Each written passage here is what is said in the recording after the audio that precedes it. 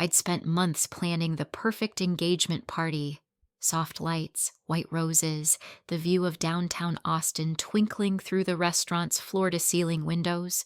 I wore a satin dress the color of champagne, my fingers trembling as I adjusted the ring Ethan had slipped on my hand 2 weeks ago.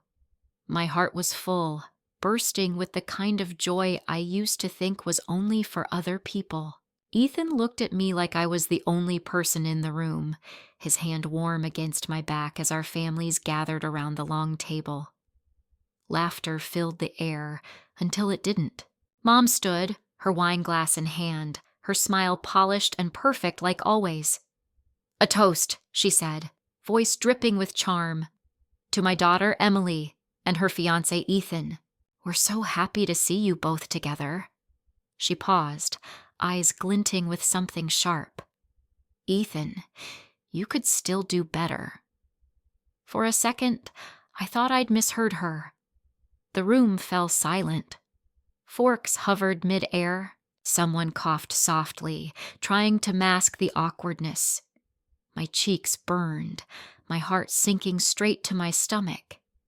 Mom's lips curved into that same practiced smile, pretending she'd said something funny. "I'm kidding, of course," she added, waving her hand like it was harmless banter. But the damage was done.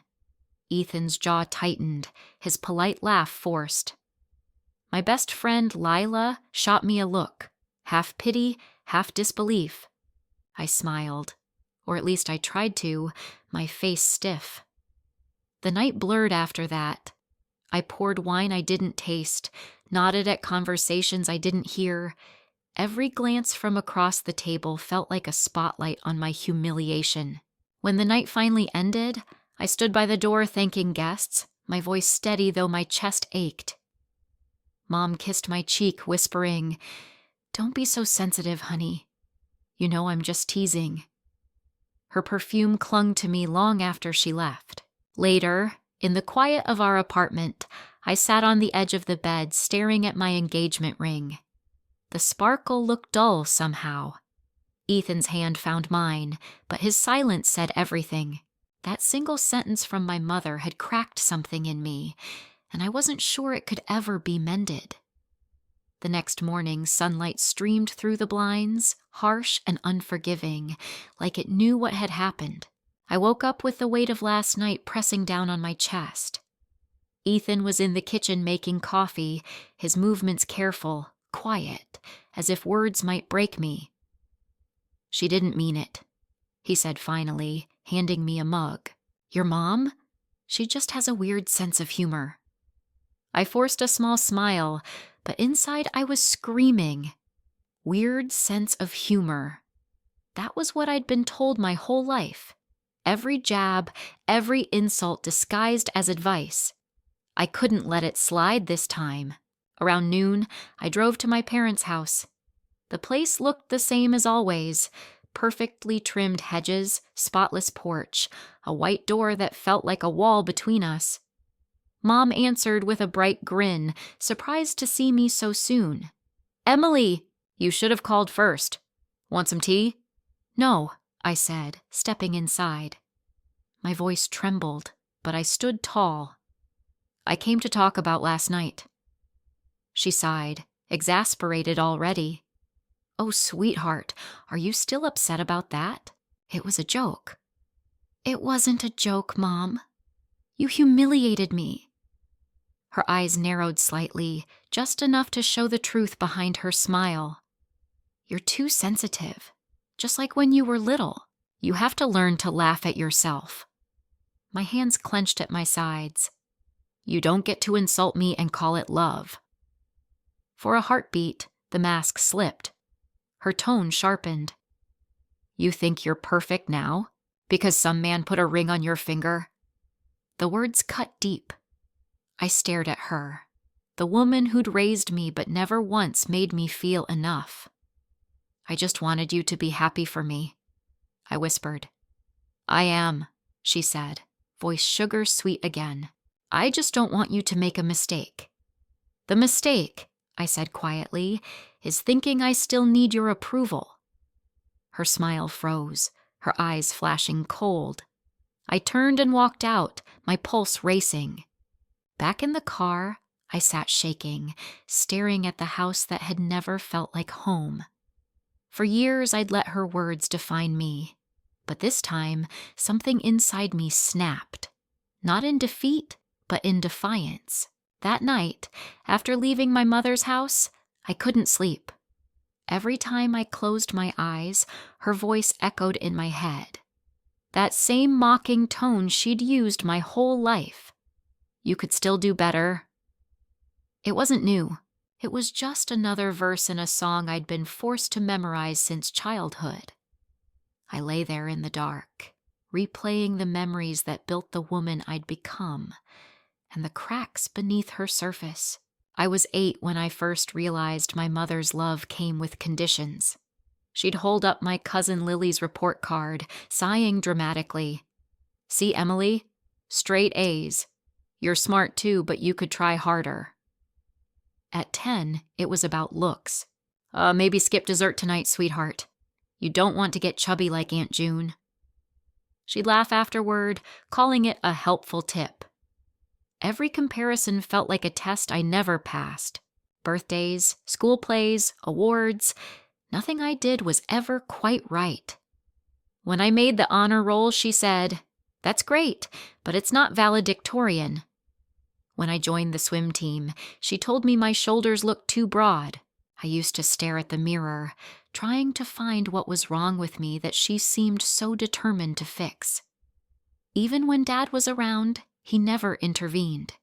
He'd just mutter, "That's your mother. She means well," as if intent erased the damage. By high school, I'd learned to measure myself by her reactions. A nod meant I'd done okay. Silence meant I'd failed.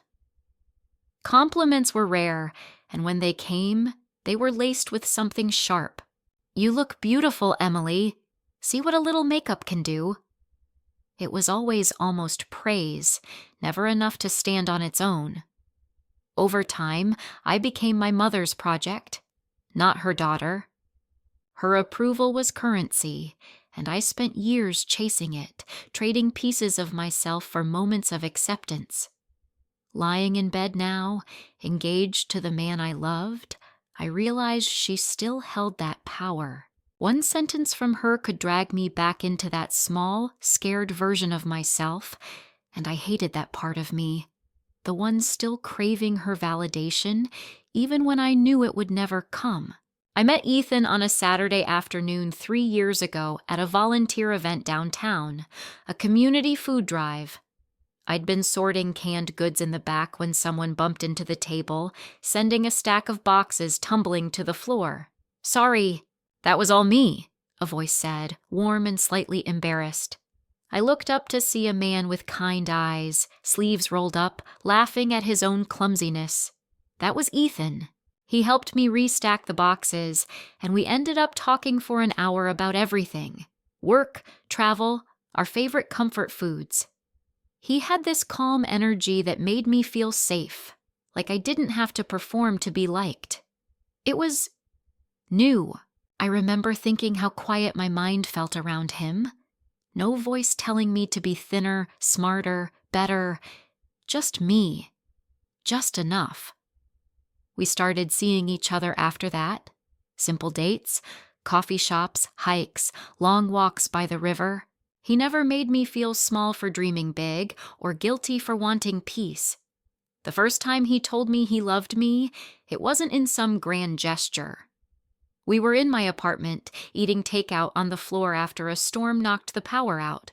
"You know," he'd said softly, "you make even the dark feel like home." I think that was the moment I knew he was it for me. But when I finally introduced him to my mom, the atmosphere shifted. I'd built it up in my head, hoped she'd see what I saw. Instead, she scanned him like a resume, her smile tight, polite. "So, you're a teacher?" she asked, voice laced with something that didn't sound like curiosity. Ethan nodded, trying to make conversation, but I could see it. That flicker in her eyes, judgment, dismissal. Later, she pulled me aside. He seems nice, she said, pausing just long enough for the sting. But don't you think you could aim a little higher? Someone more successful? The words hit me like a slap. I laughed it off, just like always. But that night, lying beside Ethan, I stared at the ceiling and felt that familiar ache. Even love, it seemed, wasn't safe from her criticism. After Ethan proposed, I thought I'd finally stepped into a chapter of my life my mother couldn't touch. The ring wasn't extravagant, but it was perfect. A delicate oval diamond, simple and timeless, Ethan had saved for months, and when he slid it onto my finger under the oak tree by Ladybird Lake, I cried so hard I could barely say yes. It felt like everything I'd fought for. Love without judgment, happiness without conditions. But the moment I showed Mom the ring, her smile didn't even flicker. "Oh," she said, tilting her head, examining it under the kitchen light. "It's small, but tasteful." I laughed awkwardly, waiting for her to add something kind. She didn't. "He must be practical," she added. "Nothing wrong with that." The word practical hung between us like an insult. I told myself not to let it bother me, but that was the start of it, the slow unraveling. Planning the wedding should have been joyful, but every step became a minefield. When we toured the venue, a charming renovated barn surrounded by wildflowers, Mom frowned. "This is it? It's cute, I guess. I just pictured something more elegant." I bit my tongue so hard I tasted blood. A week later, I found my dress. Ivory lace with a fitted waist and a low back that made me feel radiant. I FaceTimed her from the boutique, my heart fluttering. "You look lovely," she said at first, then squinted at the screen. "But that color washes you out. Maybe go for something brighter? You don't want to look tired in the photos." I swallowed the lump in my throat and forced a smile. "Thanks, Mom. I'll think about it. I didn't change a thing." Still, her voice followed me, a running commentary on every choice. She'd forget to respond to RSVP messages, make suggestions I hadn't asked for, and casually remind me that marriage changes people. At dinner one night, she joked to Ethan, "Just wait until she starts snoring. Her father used to wear earplugs." Everyone laughed, but I saw Ethan's polite smile tighten. She was planting seeds, little doubts, subtle embarrassments, until even I started to question my own joy. She called it teasing. I called it control. And the closer the wedding came, the more her love felt like a weapon wrapped in a bow. After the engagement party, there was no pretending anymore. Mom's words had echoed far beyond that room, spreading like wildfire through our family, our friends, even our neighbors. "You could still do better." It became the sentence that defined the night. I heard it in whispers, in pitying glances, in the awkward pauses during phone calls. Aunt Lisa texted me, "She didn't mean it like that, honey." My cousin Hannah posted a photo from the party on Facebook with the caption "Family Moments," and in the comments, someone joked, "Hope he sticks around after that toast." I deleted my account that same night. Ethan tried to help. He told me to ignore them, that people love drama, that the only thing that mattered was us. But I could see the tension in his shoulders, the way he'd flinch every time someone brought it up. It wasn't just about embarrassment anymore. It was about pride, about boundaries crossed. My mother had humiliated both of us, and I couldn't shake the feeling she'd done it on purpose. A week later, we ran into her at the grocery store. She acted like nothing had happened. "Ethan," she said, her voice bright, "you're looking so handsome. Wedding plans coming along?" Ethan nodded, his jaw tight. "Fine," he said flatly. I stood frozen beside him, heart pounding. "Oh, good," she chirped. "Let me know if you change your mind about the venue. I saw a lovely place online, much classier than that barn you picked." Her tone was light, but I saw it. the satisfaction in her eyes. She wanted me rattled. That night I broke down. I told Ethan I was thinking of postponing the wedding. "Maybe it's all too much," I said, voice cracking. "Maybe she's right. Maybe I'm not enough for you." His eyes widened in disbelief. "Emily, stop! You can't let her win like this." But I was already crumbling under years of her words. Every cruel comment from my childhood had crawled back out, whispering in my head. The worst part? I believed them. For days, I shut everyone out, drowning in silence. It wasn't until I saw the look in Ethan's eyes, hurt, helpless, that I realized something had to change. My mother's voice had ruled my life long enough, and if I didn't find a way to silence it now, I'd lose everything that mattered. 2 weeks after the party, I thought the worst was over. The gossip had quieted, and I tried to convince myself I was healing. I kept busy. Work, yoga, wedding planning, anything to fill the silence in my head. But one night, while looking for an email on Ethan's laptop, I stumbled across something I wasn't supposed to see. A thread of messages buried in his texts. My name caught my eye first. Emily. My heart started to race as I scrolled. The messages weren't from Ethan's friends. They were from my mother. My breath caught. The chat was with Janet Wells, Ethan's mother. I froze. My mom had never met Janet before the engagement. So why were they talking? The conversation started politely enough. My mom introducing herself, complimenting Janet's wonderful son. But as I scrolled further, the tone shifted. "Diana, Ethan seems like such a catch. I just hope Emily's truly ready for marriage." Janet, "Of course she is. Why would you say that?" Diana, "She can be impulsive, emotional.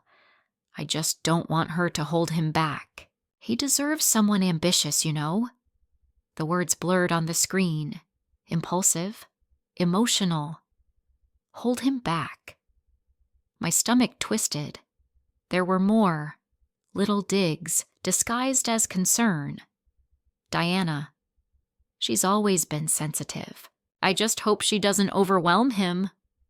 Janet had replied with a polite, curt, "Emily's wonderful." But the damage was done. My mother had gone behind my back, undermining me to my future in-laws.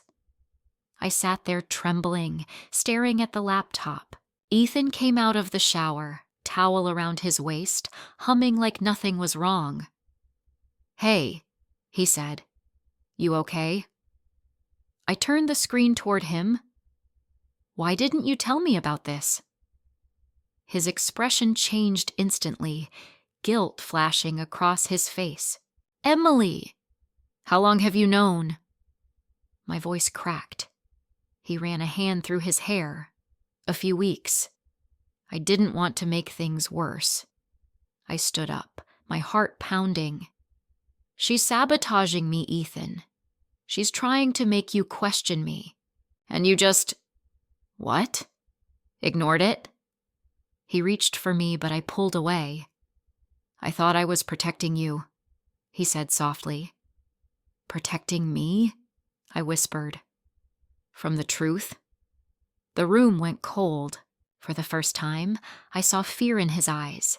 Not of losing me, but of realizing how deep my mother's poison had already spread. I didn't sleep that night.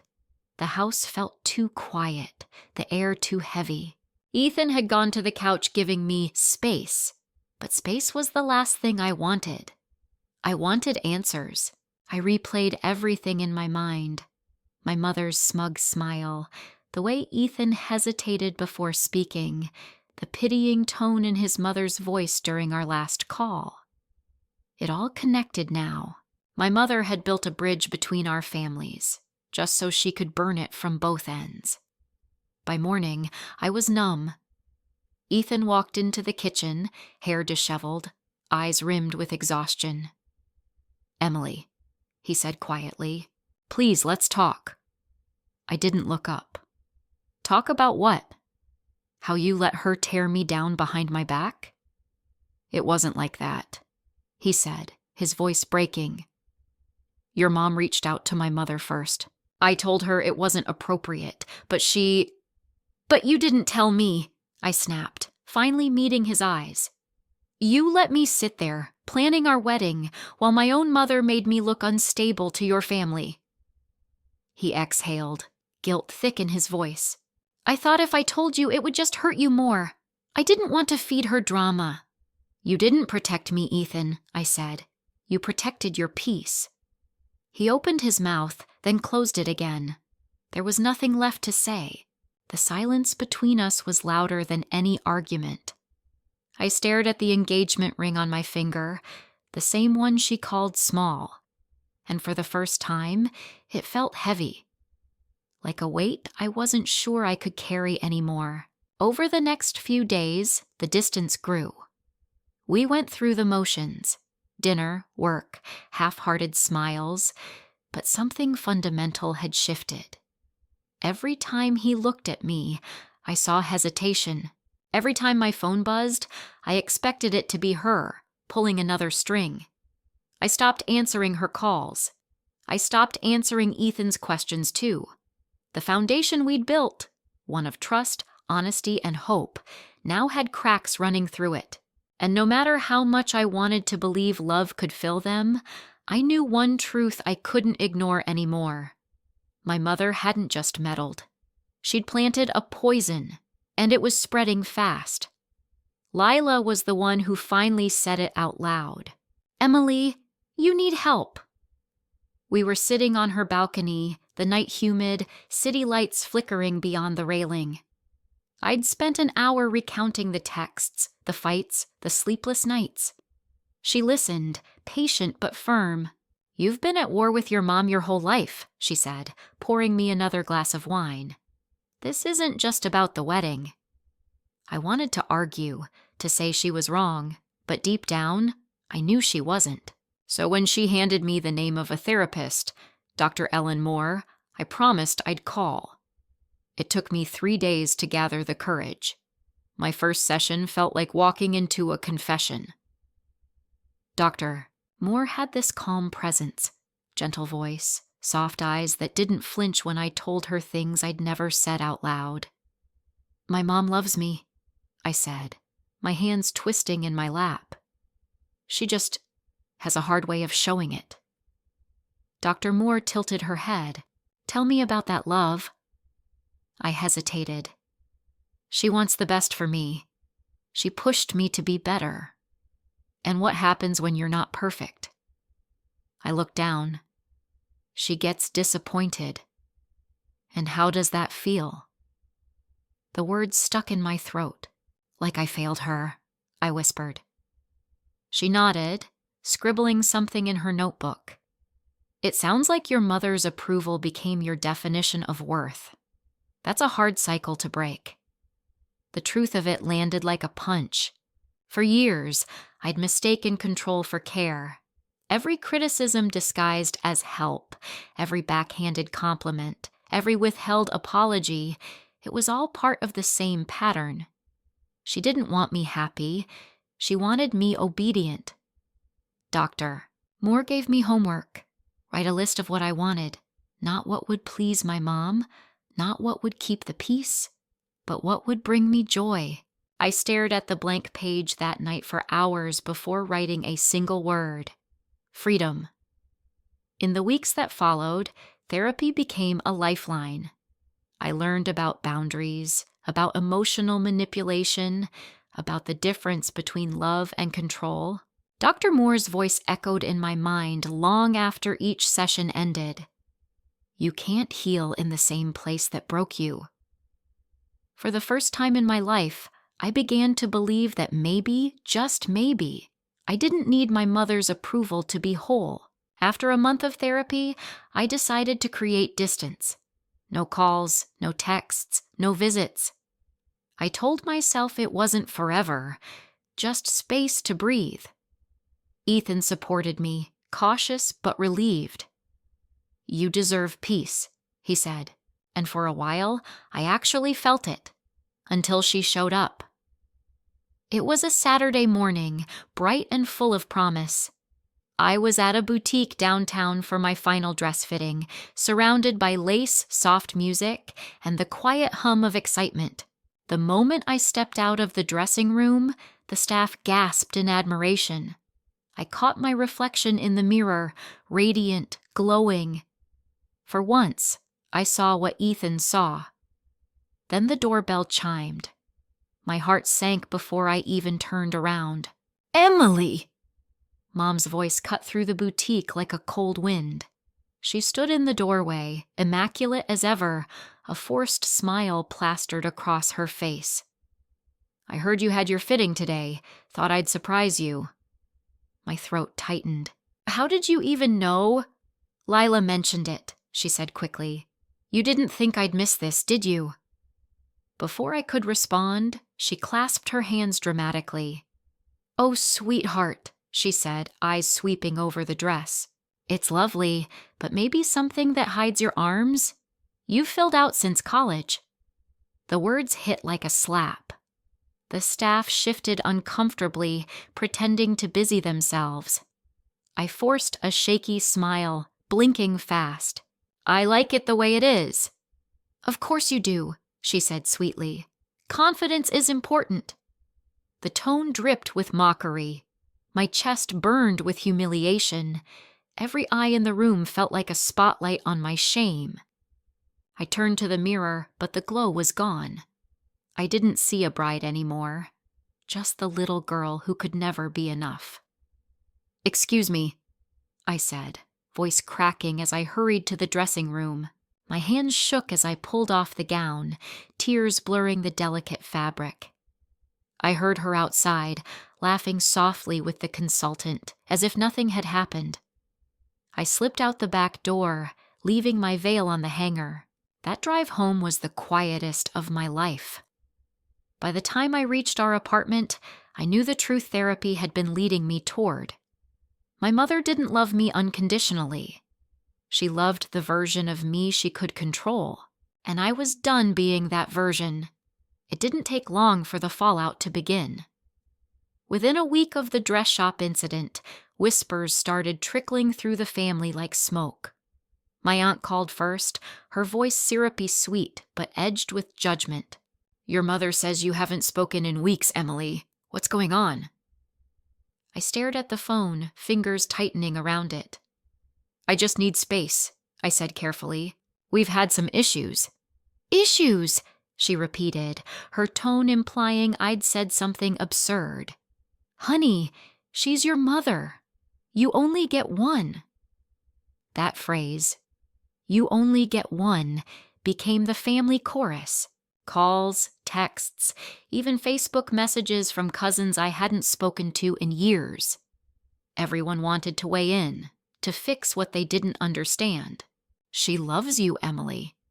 You'll regret shutting her out. She's just hurt because you're pulling away." They weren't there when she humiliated me.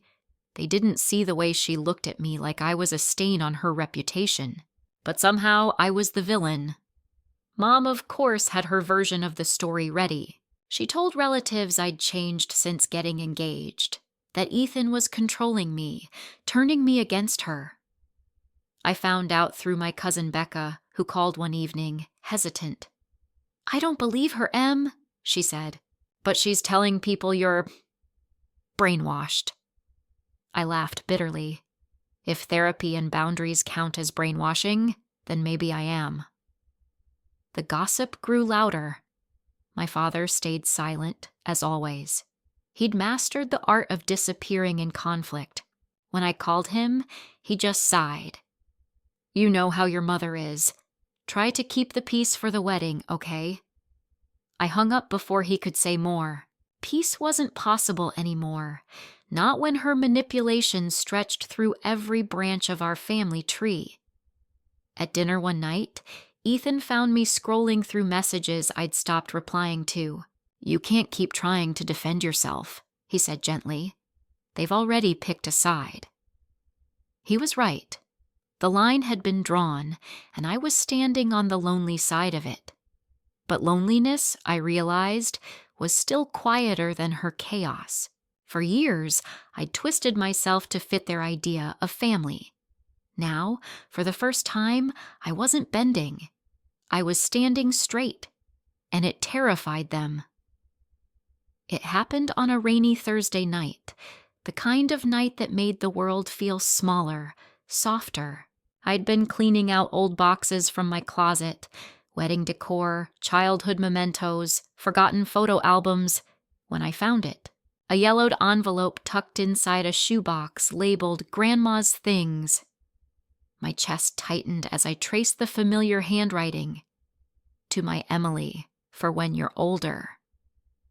I sat cross-legged on the floor, heart pounding as I carefully unfolded the letter. The paper was fragile, the ink slightly faded, but her words hit me like sunlight breaking through fog. My sweet girl, if you're reading this, you're probably grown by now. I want you to know something I wish I could tell you every day. You are enough. You don't need to earn love by being perfect. You already are. Some people, even family, will make you feel small because they don't understand your strength. Don't let them shrink you. Shine anyway.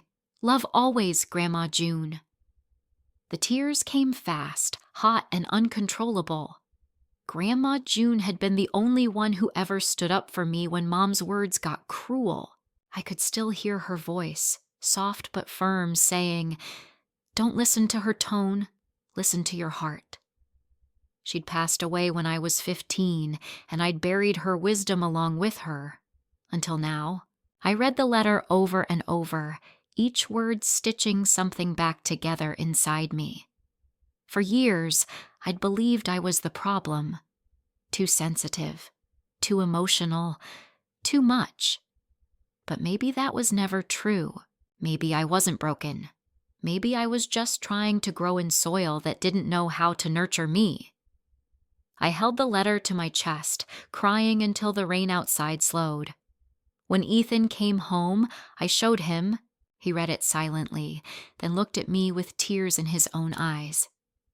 "She saw you," he whispered. "Really saw you." And in that moment, something inside me shifted. I didn't need my mother's approval anymore. I didn't need her to validate my worth. My grandmother's words were enough. I was enough. For the first time, I felt the weight of her grip on my life begin to loosen, replaced by something gentler, stronger. Peace. I'd rehearsed what I wanted to say for days, rewriting the words in my head until they felt sharp enough to cut through years of guilt. When I finally texted her, "Coffee tomorrow?" "Just us." She responded within minutes. "Of course, sweetheart. I've been waiting for you to come to your senses." Typical. The next afternoon, we met at a quiet cafe downtown. The smell of espresso mingled with tension. She arrived 10 minutes late, dressed perfectly as always. Pearls, pressed blazer, the picture of control. "You look tired," she said, sitting down. "Wedding stress?" I ignored the jab. "Thanks for meeting me." She smiled like this was some sort of truce. "I'm glad you reached out. I know things got emotional." I took a slow breath. "Emotional?" I repeated. "You humiliated me at my own engagement party. You talked to Ethan's mother behind my back. You showed up at my fitting to criticize me in front of strangers. And then you told the entire family I'd turned against you." Her smile faltered for a second before she recovered. "I was only looking out for you, Emily. You're too sensitive. Always have been. I didn't mean any harm." I leaned back, watching her. She truly believed that. Every cruel word she'd ever spoken, every manipulation. In her mind, it was all love. "You've mistaken cruelty for care your whole life," I said quietly. "And I won't let you do it to me anymore." Her expression hardened, the mask slipping. Don't talk to me like I'm the enemy. I've sacrificed everything for you. I shook my head. You didn't sacrifice. You controlled, and I let you. She laughed, but it sounded hollow. You'll regret this one day, Emily. When I'm gone, you'll wish you'd been kinder. The words should have stung, but they didn't. I stood, my hands steady. No, Mom. I'll wish you'd been. For a moment, neither of us moved. Then I picked up my purse, my heart strangely calm. I hope you find peace, I said softly, because I already have. And with that, I walked out. No tears, no shaking, just quiet resolve. For the first time in my life, I wasn't leaving as her daughter. I was leaving as my own person. The morning of my wedding was still, golden sunlight spilling across the room like a promise. I woke up expecting the familiar knot of anxiety, but it didn't come. The air felt lighter, maybe because she wasn't there to fill it with judgment. Diana hadn't called, hadn't shown up, and part of me knew she never would. The absence stung, a dull ache that pulsed beneath the joy, but it was cleaner than the chaos she always brought. Lila helped me into my dress, the same ivory lace I'd chosen months ago. You look like peace, she whispered, adjusting my veil. I smiled. That's all I ever wanted. Outside, guests filled the small garden venue. The flowers were simple, white roses and eucalyptus. Nothing fancy, just honest and beautiful.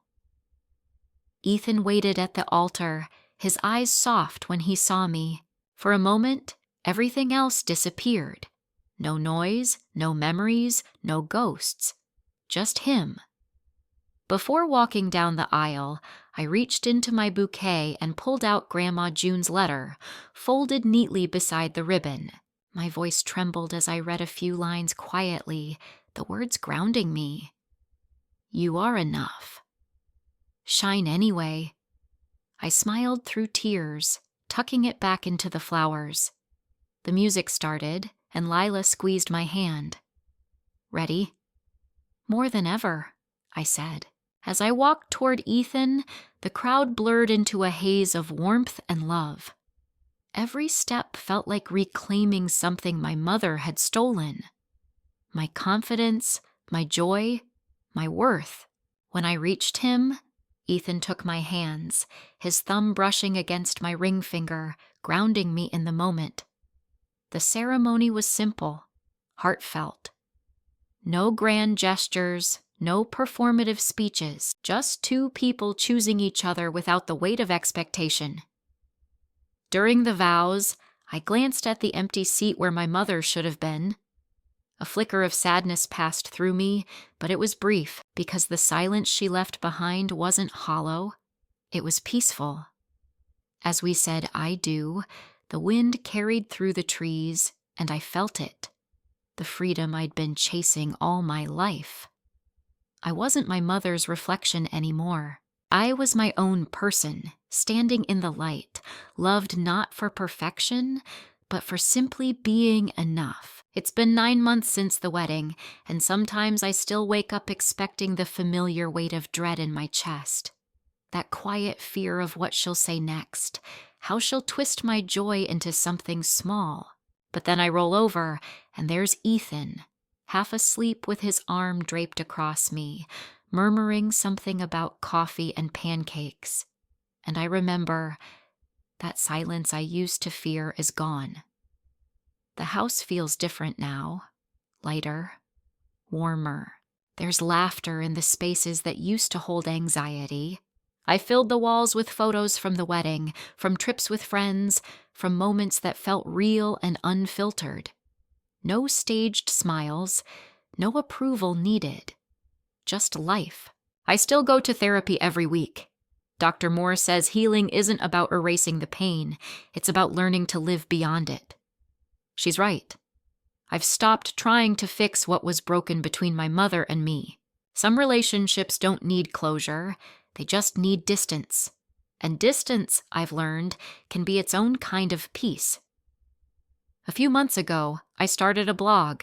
At first, it was just for me, a place to unpack the years of silence and manipulation I'd carried.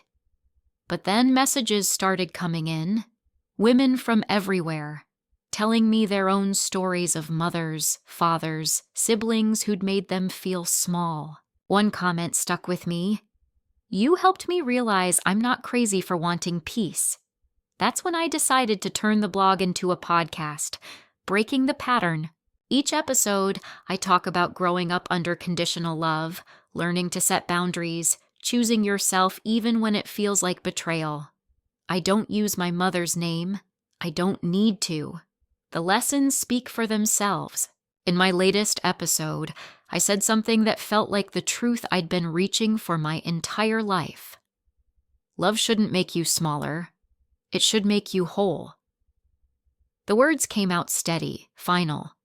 Not a wound anymore, but a scar I could live with. Tonight, Ethan and I are celebrating our first anniversary. We're at the same restaurant where he proposed, candles flickering between us. "A year," he says, smiling. "Feels like a lifetime and a heartbeat at the same time." I laugh, the sound free and easy. When the waiter brings dessert, Ethan reaches across the table, taking my hand. "You happy?" he asks softly. I look at him, really look, and nod. "Yeah," I whisper. "For the first time in my life, I actually am." Outside, the city hums quietly, the world moving on. But inside, everything feels still, safe, enough. The silence that used to follow my mother's words has finally been replaced by laughter, by love, by the sound of my own voice, finally unafraid. This story was intense, but this story on the right-hand side is even more insane.